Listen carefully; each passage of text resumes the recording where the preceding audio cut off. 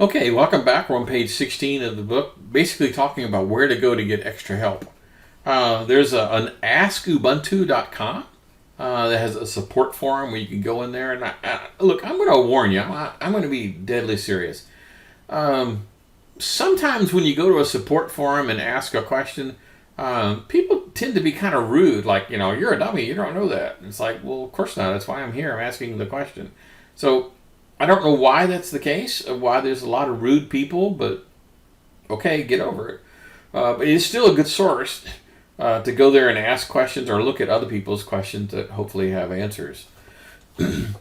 On page 22, they talk about how to install new software. So we're going to do this. As soon as we get the thing installed, we're going to do this. And so one of the things we're going to do is we're going to type in a command that basically says something like apt-get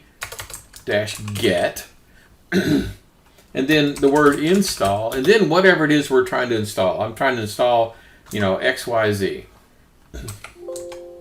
Okay. Now, to do this, I'm going to require administrative privileges to be able to perform this task. So one of the very first commands you're going to need to know as soon as we get things installed is how to use elevated permissions, how to use administrator permissions. And it's done through a command called sudo. I'll explain a little bit more about this when we get to that point. But in order to make this thing work, I'm going to have to type sudo space apt-get install whatever it is I'm installing. Okay. And the sudo is going to prompt you for your password. Now this is weird. It's going to prompt you for your password, the very password you just typed in when you first logged in. It's not another password. As long as you're in the administrators group, you just put your own password in, and then it goes off and does its thing. So we're going to do this in an upcoming video, real thing. But for right now, sudo is the command that temporarily invokes administrator privileges for that one line, for that one instance. And then as soon as that command is done, you're back to just being your plain old self. Okay. On page 26 in the book, they start talking about the specializations, the things. So once you've done with this course and you're good to go, one of the things you might consider, by the way, is you might consider going to CompTIA and getting the Linux Plus certification. Pretty cool.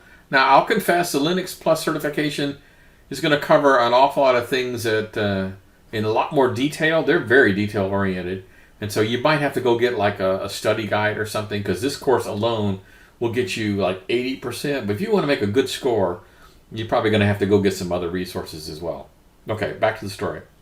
So, specializations. They talk about DevOps. DevOps is a term that's kind of relatively new. They talk about the development and operations kind of combined together.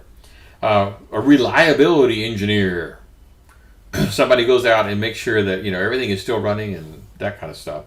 Security, networking, database, network operating center operations, data center, and then architects. These are all tangentially applied to.